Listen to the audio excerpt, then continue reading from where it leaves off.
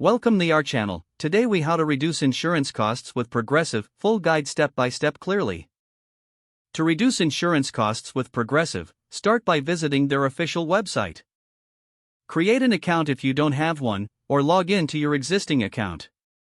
Navigate to the Get a Quote section to compare coverage options. Enter your personal information as prompted, including your address and vehicle details. Provide information about your driving history, including accidents and violations. Select the type of insurance coverage you need, such as auto or home insurance. Review any discounts that may apply to your policy, like safe driver or multi-policy discounts. Consider adjusting your coverage limits to find a balance between protection and cost. Examine your deductibles, as increasing them can lower your premium. Explore Progressive's usage-based insurance programs, like Snapshot, to potentially save more based on your driving habits. If you have multiple vehicles, consider bundling your policies for additional savings. Review annual premium comparisons and see how Progressive stacks up against competitors. Check for loyalty discounts if you've been a Progressive customer for several years. Periodically reassess your policy as your circumstances or needs change. Make adjustments as necessary to maintain the best rates possible.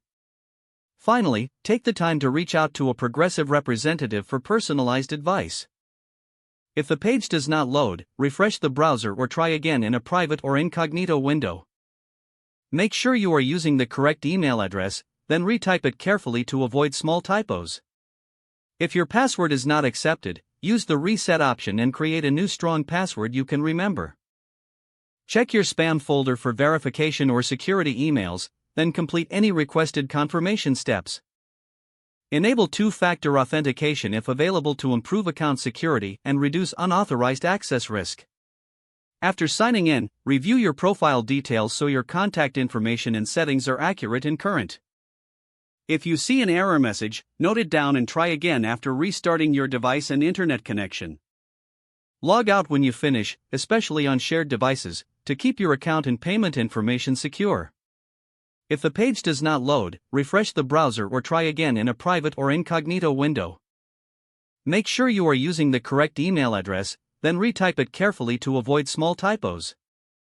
If your password is not accepted, use the reset option and create a new strong password you can remember.